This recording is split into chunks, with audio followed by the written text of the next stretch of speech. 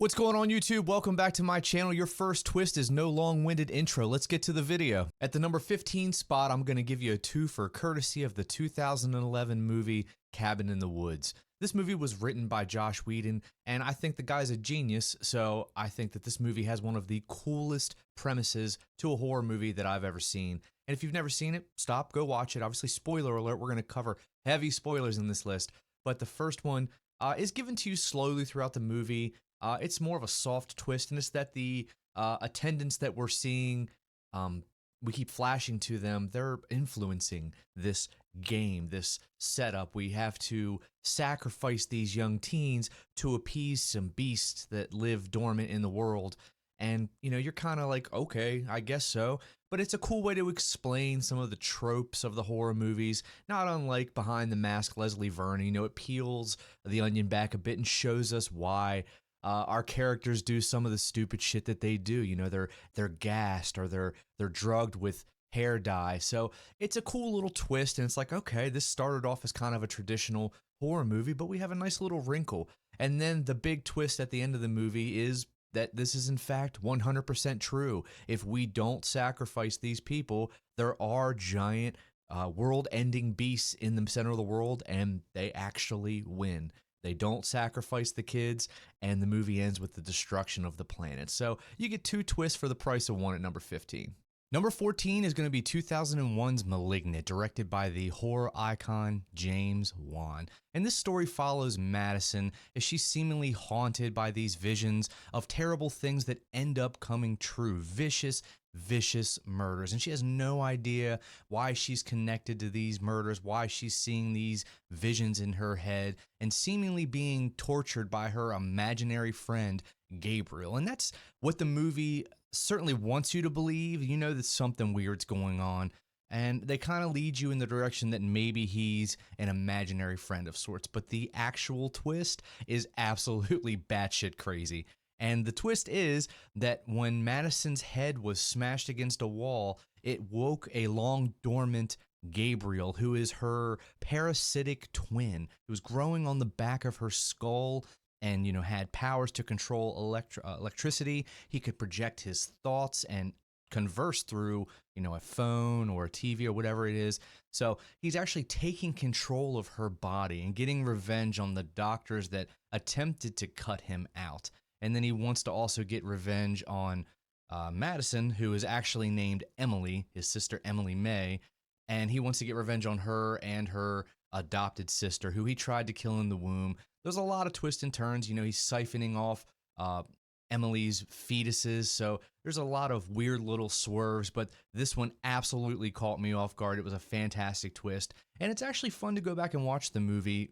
Mr. Wan absolutely gives you some clues. There's a lot of back of the head references. So it definitely, if you've picked up on this one, I could see it. I didn't see it, and it blew my mind. Number 13 is going to be Fight Club, released in 1999. This twist is not unlike Malignant in a way. I mean, we have two people who are essentially filling the same role, and we have Brad Pitt as Tyler Durden, who is, you know, friends to our narrator, played by Edward Norton. The two meet, they start this titular fight club, and then they start devising a plan to sort of bring down the established order. And it's a really cool story. And we didn't know that there was going to be a huge, gigantic swerve at the end. But the swerve is that, as I said, the narrator and Tyler Durden are the same person. He is projecting his confidence in, you know, manifesting in a whole nother person. So we end up seeing all the scenes where he was actually talking to himself or, you know, being rude. It's a really weird twist. It kind of retroactively changes the entire movie, like most of these do. So it's fun to go back and try to kind of pick up on that a little bit. But this twist works really well. It absolutely blew everybody's mind back in the late 90s. It's a really fun movie, a really fun twist, and it definitely deserves its spot on the list. Number 12 is going to be the movie Orphan, released in 2009. This movie follows a family who just recently lost their young baby, and they're looking to adopt another child, and they end up meeting Esther, a 9-year-old girl. So they really hit it off. They bring her home. She fits in okay at first, but trouble seems to follow this girl, and that's what they keep hearing is she keeps having these issues, and the movie wants you to believe that she's just a seriously psychotic little girl, and that's where the danger lies, is that this girl is absolutely a force. The actual twist is one of the better twists in any movie I've ever seen, and it's that she is a 33-year-old woman with a rare hormonal disease that causes proportional dwarfism. So she actually looks like a little girl, and she's been passing herself off as a 9-year-old girl, trying to seduce the fathers of these families. And when they reject her, obviously, she kills them. So it's a really fantastic movie. The first time you watch it, there's not a whole lot of rewatchability for me, at least. This is definitely one of those movies that once you know the twist, kind of loses a little bit of its luster, but that's because the twist is so amazing. Number 11 is the original Saw. Now, when this movie came out in the early 2000s, I was, in high school. This movie blew everybody's mind. I mean, it ushered in the kind of the torture porn sort of subgenre, and it definitely ran with it. We got a bunch of sequels of this franchise, and it is because the original twist worked so well. As we follow the Jigsaw killer through all these little traps they set up for his victims, he's seemingly trying to teach them how to appreciate life. And then we get the reveal that it's Zap. It's this guy that's working at a hospital, and he knows Dr. Lawrence, and he's trying to, test him. Or so we think. The movie ends with Jigsaw revealing himself to actually be the dead man lying right in the middle of the floor. And when he stood up and ripped off his face, I'm pretty sure I screamed. I was so in shock. I was blown away, absolutely blown away by this movie. Zap was just a pawn in the game too. He was playing his own game, and the actual Jigsaw killer was there the whole time. It's incredible. You would never, if you say you saw it coming, you're a liar. You did not know that the Jigsaw killer was the dead man on the floor unless somebody spoiled it for you.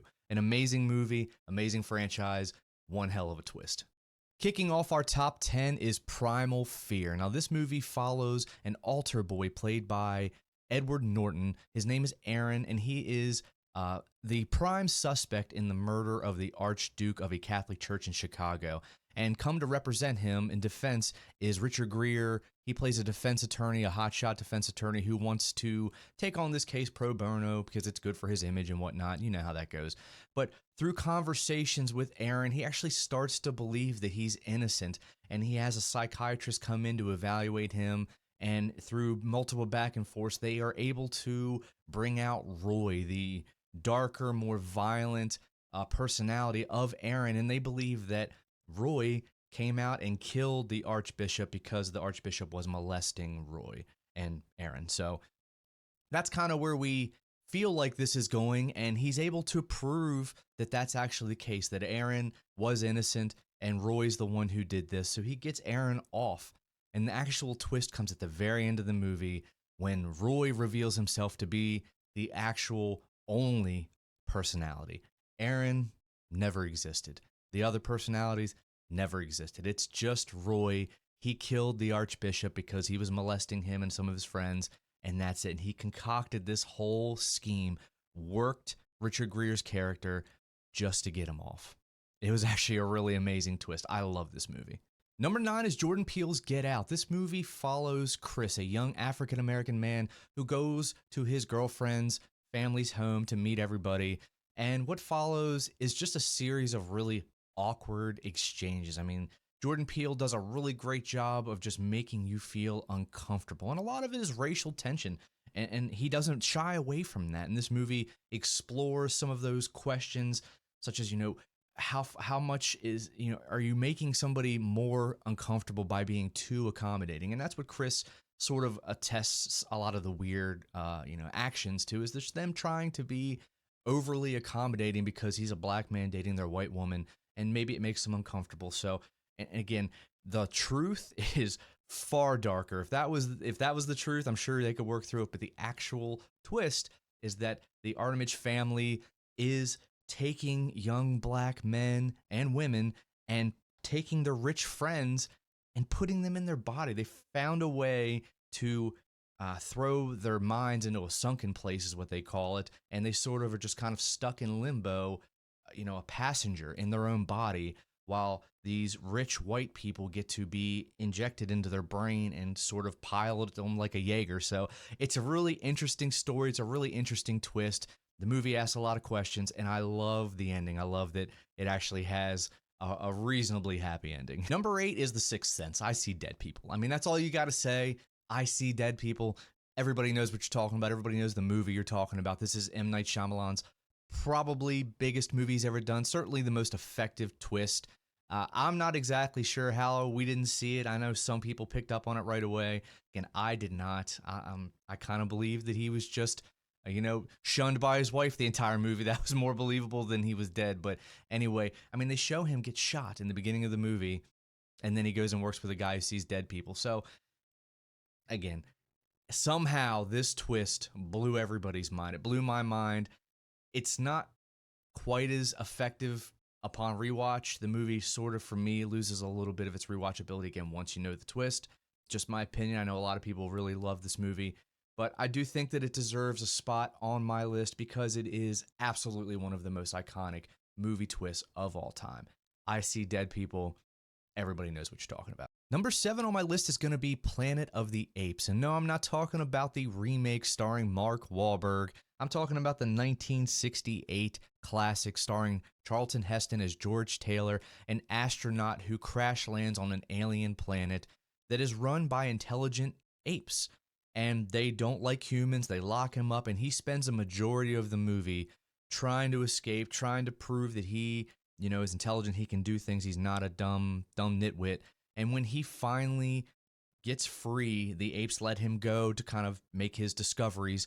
He finds out that this alien planet, he sees the Statue of Liberty, finds out that humans have in fact destroyed the planet. This is Earth all along. He's on Earth many, many, many, many, many years after he would have been there.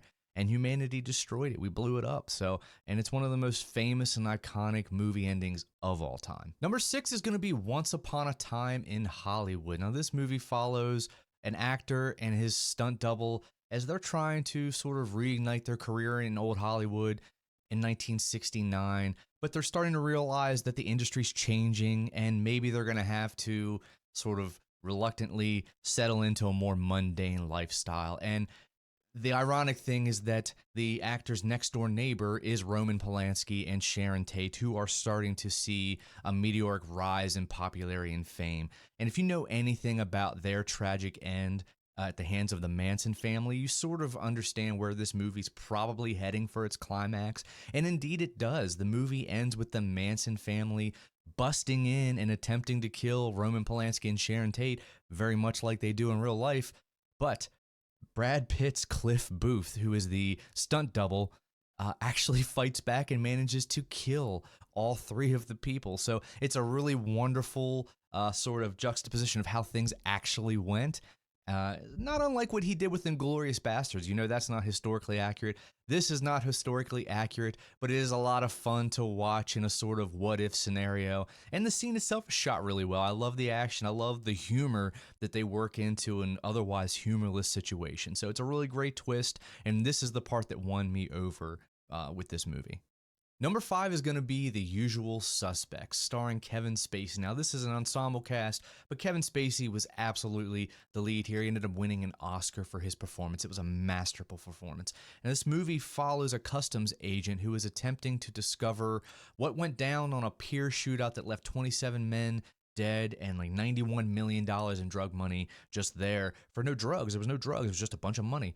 So he's trying to figure out what's going on, and he's interviewing a guy, one of the only 2 survivors, but the only one that can talk is Verbal Kint, and it's played by Kevin Spacey, and he's attempting in flashbacks to sort of tell him the story of these 5 gentlemen who met in a random lineup and concocted a scheme to sort of get back at the police. And then Kaiser Soze introduces himself into the equation, and things just go amok. And the entire movie is about who is Kaiser Soze. And at the end, Kevin Spacey's character is released because he gives up, as much as he can, and they feel like he's done nothing. There's no evidence that he's done anything wrong. So as he leaves, he starts to lose the limp that he had, and all of a sudden we start to think, oh my God.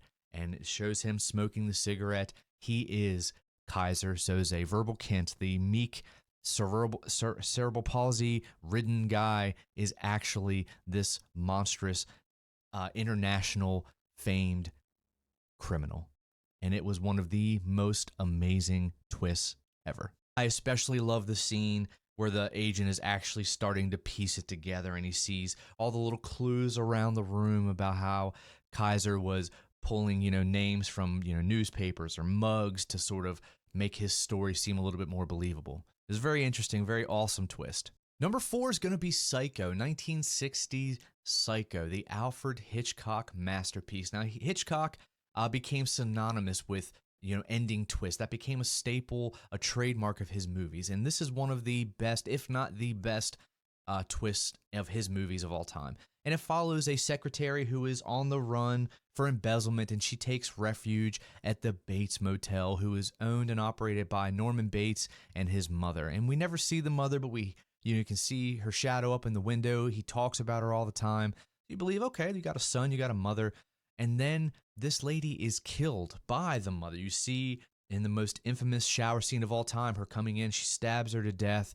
And now the mystery is why? Why is this happening? What is going on?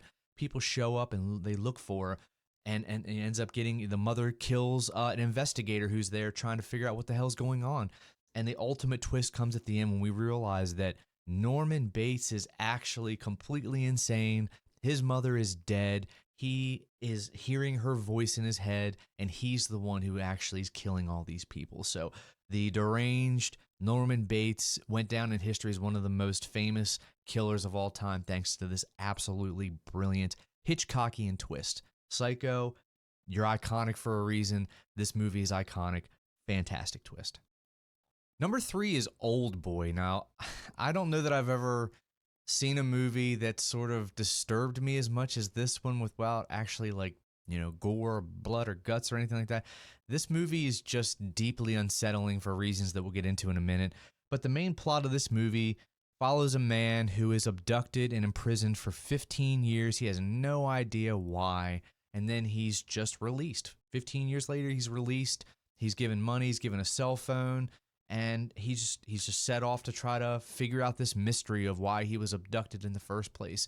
And through various conversations, he does start to figure out what's going on, and he meets a woman, and they end up hooking up and having relations. And the plot goes on and on and on. And it slowly starts to realize that things are not what they seem.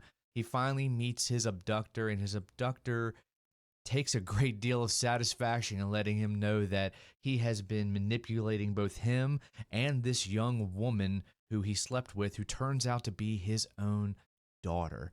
His daughter was 3 when he was taken. Now she's 18, 15 years later, and this person wanted revenge because he was a classmate of the main character. That's why he goes by Evergreen. That was the name of their school.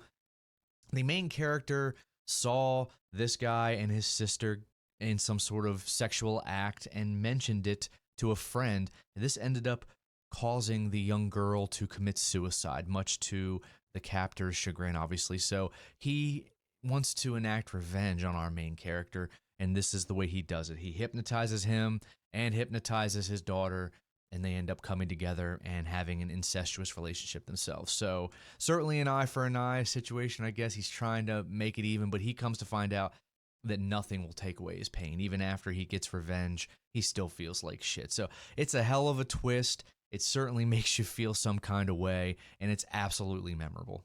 Number 2 is going to be The Prestige. Now, this movie follows 2 rival magicians who are both trying to achieve the transporting man trick, and they go about it in 2 completely different ways. And that's sort of the mystery of this entire movie, is both magicians are trying to figure out how the other one is doing the trick, how they're doing it better than me, how they're doing it faster and cooler. And the ultimate reveal is that both magicians, again, like I said, did it in completely different ways, with Christian Bale's Borden actually being twins, and going so far as to both twins leading the same exact life. They're married to the same woman, and that's why she talks about how he feels like 2 different people all the time. So it's actually 2 men performing the same trick. And then Hugh Jackman's character is actually cloning himself with the help of Nikola Tesla, he created a cloning machine, and he's actually killing one of his clones every single night of the performance. So it's a hell of a twist. I did not see this one coming. And again, you get a 2 for the price of 1. Both magicians found really interesting ways to achieve the exact same trick. And watching these two guys absolutely destroy their lives in the quest for supremacy is a thrilling ride. So this movie's great. The twist is even better. But number 1, the greatest movie twist of all time, at least in my opinion. Remember, this is just my opinion. This might not be your favorite twist, but they're my favorite twists. Number 1 is Empire Strikes Back. Of course, Luke, I am your father. Those words just bring a smile to every Star Wars fan's face. I mean, this is peak Star Wars. This moment just sent shockwaves through, the entire world when this happened. And nobody saw it coming. Nobody knew that Darth Vader was Luke Skywalker's father. And that revelation is so iconic that it's almost impossible to think of a time where you didn't know that twist. You know what I mean? It's for even people that don't watch Star Wars, people that have never seen the movie, they still know that Darth Vader is Luke Skywalker's father. That's the power of that twist. That's the power of that moment. And they definitely subverted expectations. Nobody saw it coming. It's one of the best Star Wars movies ever. And in my mind, it's the greatest movie twist of all time. But again, that's my list. It's just my opinion. Please comment down below. Let me know which ones I missed. Are there any movie twists that you really love that I left off? Obviously, I had a list of about 30, 35 movie twists, and I got it down to 15. So there were some that I really wanted to include, but I just didn't want this video to go on for an hour and a half. So comment down below. Let me know your favorite movie twist. And as always, be good people, be good to each other, and we'll catch you next time.